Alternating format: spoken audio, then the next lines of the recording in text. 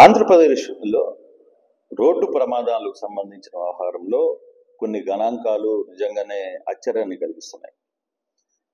ప్రస్తుతం ఆంధ్రప్రదేశ్లో ఈ ఏడాదిలో అధికారులు చెప్తున్న లెక్కల ప్రకారం 15,462 ప్రమాదాలు జరిగితే 6,433 మంది తమ ప్రాణాలని పోగొట్టుకున్నారు. ఇది చాలా పెద్ద ఫిగర్. 6,433 మంది కేవలం రోడ్డు ప్రమాదాల వల్ల ఈ ఏడాదిలో ఆంధ్రప్రదేశ్లో తమ ప్రాణాలని పోగొట్టుకున్నారు. ప్రధానంగా చూసుకుంటే ఎవరైతే ద్విచక్ర వాహనాలు నడుపుతున్నారో వాళ్ళ వల్ల జరిగే ప్రమాదాల వల్లనే ఎక్కువగా ప్రాణాలు పోగొట్టుకున్నాయనేది గణాంకాలు చెప్తున్నాయి. మరోవైపు దీంట్లో కార్లు కావచ్చు, బైక్స్ కావచ్చు, సొంతంగా నడిపే వాళ్ళు ఎవరైతే ఉంటారో వాళ్ళ వల్లే అధిక శాతం ఈ ప్రమాదాలు జరుగుతున్నాయి. అంటే 53% ఈ కార్లు, బైకులు ఓన్గా నడుపుతున్న వాళ్ళ వల్ల జరుగుతున్నాయి అనేది ప్రభుత్వం లెక్కలు చెప్తోంది.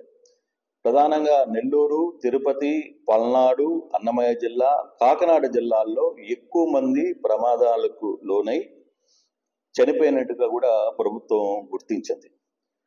హైవేలలో 42% ప్రమాదాలు జరిగి మరణాలు సంభవిస్తే అంటే ఇతర రోడ్లలో 21% ఆ ప్రమాదాలు జరిగి చనిపోయినట్టుగా లెక్కలు వస్తున్నాయి. అతివేగం వల్ల దాదాపుగా 79% ప్రమాదాలు జరిగాయి అనేది లెక్కలు వస్తున్నాయి.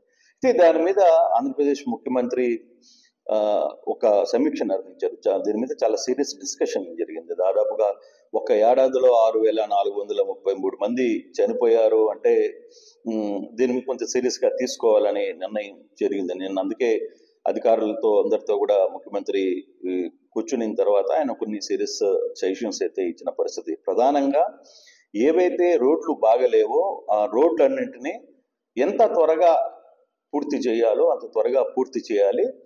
ప్రధానంగా ఆర్ఎన్బి సంబంధించిన రోడ్స్ ఏవైతే ఉన్నాయో వాటి పరిస్థితి చాలా ఘోరంగా ఉన్న నేపథ్యంలో వాటిని క్లియర్ చేయాలి అనేది ముఖ్యమంత్రి స్వయంగా చెప్పిన మాటలు. సాధ్యమైనంత త్వరగా వీటిని సీరియస్ గా తీసుకోవాలి. రెండో విషయం, ఇప్పటి వరకు జరుగుతున్న ప్రమాదాలకు సంబంధించిన వ్యవహారంలో ఎక్కడైతే అతివేగంగా వెళ్తున్నారో వాళ్ళ బండ్లని సీజ్ చేయడం.